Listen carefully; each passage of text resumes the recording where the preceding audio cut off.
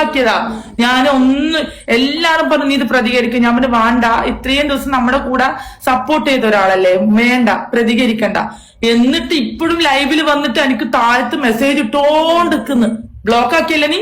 അല്ല, ഞാനൊരു കാര്യം ചോദിക്കട്ടെ, നിങ്ങളുടെയൊക്കെ വിചാരം എന്താ? ഗിഫ്റ്റ് അടിച്ചു കൊടുത്തു കഴിഞ്ഞ് കഴിഞ്ഞാൽ പെണ്ണുങ്ങളൊക്കെ നിങ്ങളുടെ അടിമയാണെന്നാണോ വിചാരിക്കുന്നത്? ഈ ഗെയിം കളിക്കുന്ന പെണ്ണുങ്ങൾ, അങ്ങനത്തെ പെണ്ണുങ്ങൾ ഉണ്ടാവായിരിക്കാം, പക്ഷെ എല്ലാവരെയും നിങ്ങൾ അങ്ങനെയാണോ കാണുന്നത്? ആ ഇന്നലെ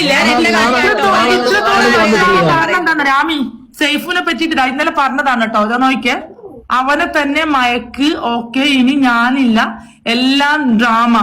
ഈ അവനെ എന്ന് പറയുന്നത് ഈ സൈഫു ഇന്നലെ എന്റെ ലൈവിൽ മെസ്സേജ് ഇട്ടിട്ട് ഞാൻ അവനോട്ട് സംസാരിച്ചേന്. ഇവനെ ഞാൻ മയക്കാൻ പോലും, ഈ വ്യക്തിനെ. ഇത് മനുഷ്യനാണെന്ന് ആലോചിച്ച് നോക്കിയേ. ഞാൻ അപ്പൊ മെസ്സേജ് അയച്ചത്, നിങ്ങൾ എന്ത് പറഞ്ഞാലും എസ് എന്ന് പറയണം, അതല്ലേ വേണ്ട? യെസ് അതന്നെ. സേഫിന്റെ ടെൻഷൻ ഇതാ അതിന് മുമ്പ് അയച്ചത്. നീ കോൾ എടുക്ക് റിഫ, എനിക്കൊരു കാര്യം മനസ്സിലായി, ഗിഫ്റ്റ് അടിച്ചാൽ മാത്രമേ സ്നേഹമുള്ളൂ, ആഴ്ചപ്പ് എല്ലാം അല്ലെങ്കിൽ എനിക്ക് ഒരു സ്നേഹവും ഇല്ല, അത് വേറൊന്ന്. പിന്നെന്തിനു നീ കോൾ എടുത്തില്ലെങ്കിൽ പിന്നെ എന്നോട് ചൂടാവരുത്, ഓക്കെ? നീ ഇങ്ങനെ ആയ എല്ലാം നഷ്ടത. നോക്കി എന്റെ ഭീഷണി, ഇതാണ് എന്റെ ഭീഷണി. ഇയാളെ വിളിക്കുമ്പോ ഞാൻ ഫോൺ എടുത്തിട്ടില്ലെങ്കിൽ നീ ഇങ്ങനെ ആയാൽ എല്ലാം നഷ്ടമാവും. എനിക്ക് മെസ്സേജ് അയക്കുന്ന ഇത് പോയി, അയാൾക്ക് ഉത്തരം ഉണ്ടാവില്ല. ഓന്റെ കയ്യിൽ ഒന്നുമില്ല, അതുകൊണ്ടല്ലോ അങ്ങനെ നിക്കണേ. ഗിഫ്റ്റ് അടിച്ചിട്ട് ഓൻ പറയുന്ന പോലെ നിന്നിട്ടില്ലേ എന്റെ കയ്യിൽ ഒന്നും ഉണ്ടാവില്ല, ഒരു നഷ്ടം തന്നെ പറഞ്ഞു. ഞാൻ ഗെയിമിന് വരില്ല, ഗിഫ്റ്റ് അടിക്കൂല, നീ എടുക്ക്, നീ ഫോൺ വിളിക്കുമ്പോ ഫോൺ എടുക്കണം, എടുത്തിട്ടില്ലെങ്കിൽ നമുക്കിപ്പോ സപ്പോർട്ടേഴ്സ് ഇല്ലല്ലോ, ആമിക്കറിയാലോ. എനിക്കൊക്കെ ഇപ്പൊ വളരെ സപ്പോർട്ടേഴ്സ് കുറവാ. അപ്പൊ ഇയാൾ ഒരു ദിവസം 2K അടിക്കണ്ടേ, ആരും ഇല്ലല്ലോ എന്ന് വിചാരിക്കുമ്പോ അനങ്ങാണ്ട് നിൽക്കും. ആ ഗിഫ്റ്റ് അല്ലേ, വേറെ ഇപ്പൊ നമ്മളൊക്കെ ഇരിക്കുന്ന 2 കോയിന് വേണ്ടിട്ട് തന്നെയാണ്, വേറെ ഒന്നിനുമല്ല എല്ലാരും. അപ്പൊ ഇപ്പൊ സപ്പോർട്ട് കോയിന് വേണ്ടിട്ട് റിഫ, ഞാനൊരു കാര്യം പറയട്ടെ, ഈ കോയിന് വേണ്ടിട്ടും ഈ ഗിഫ്റ്റേഴ്സിന് വേണ്ടിയിട്ടും പരസ്പരമുള്ള ബന്ധങ്ങൾ തകർക്കാൻ നിൽക്കരുത് റിഫ. ഞാൻ ഒരു കാര്യം പറയട്ടെ, ഈ ഗിഫ്റ്റേഴ്സ് ഗിഫ്റ്റ് അടിച്ചിട്ട് അങ്ങോട്ട് പോകും, അല്ലാണ്ടുള്ള ബന്ധങ്ങൾ തകർത്തിട്ടുണ്ടെങ്കിൽ ഒറ്റപ്പെട്ടു പോവുള്ളൂ ലൈഫില്.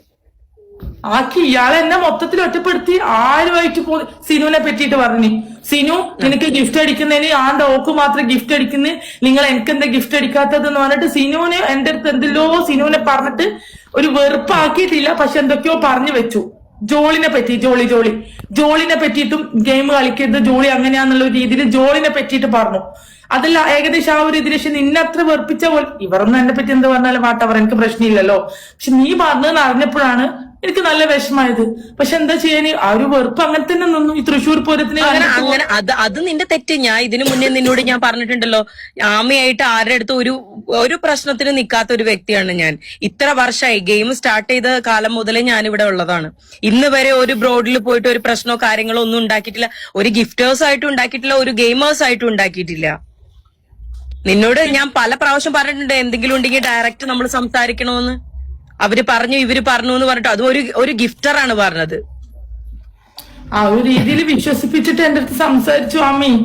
അപ്പൊ പിന്നെ മനസ്സിന്റെ വിഷമം കൊണ്ട് ചില സമയത്ത് ചില നിമിഷങ്ങളിൽ മനുഷ്യന്മാർ അങ്ങനെയാണ്.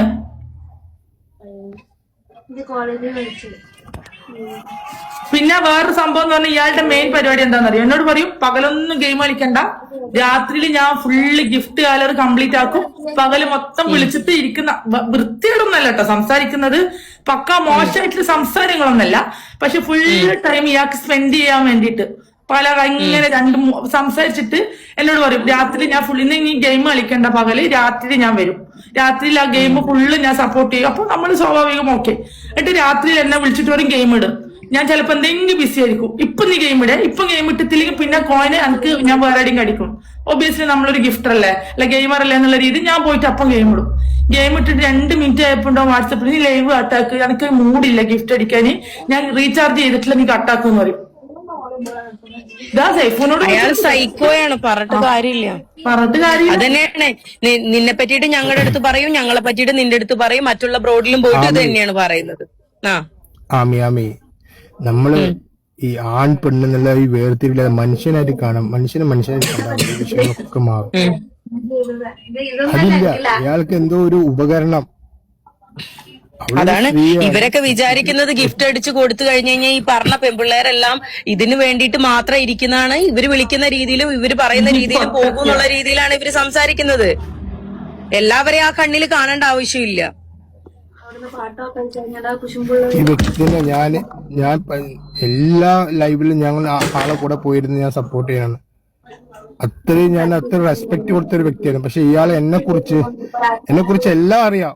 ഞാനും റിഫ എങ്ങനെയാണ് റിഫൈൻഡ് ഇതുവരെ ഒരു ആടെ ഒരു ബന്ധത്തിന് വിലയില്ലാത്ത ഞാൻ ഈ ടിക്ടോക്കിൽ ഒരു പെൺപിള്ളേരിൽ ഒരാൾക്ക് ഞാൻ പേഴ്സണൽ മെസ്സേജ് അയച്ചിട്ടില്ല. ഞാൻ അത്രയും ഞാൻ ഡീസന്റ്, ഞാൻ എന്റെ ക്യാരക്ടർ മെയിൻറ്റെയിൻ അത്ര ഇതായി പോണ ഞാൻ എന്നെ കുറിച്ച് അവളോട് പറഞ്ഞപ്പോ എനിക്ക് അയാളെ മുകളിലെല്ലാം റെസ്പെക്റ്റും പോയി. പിന്നെ ഞാൻ റെസ്പെക്ട് ചെയ്യണം.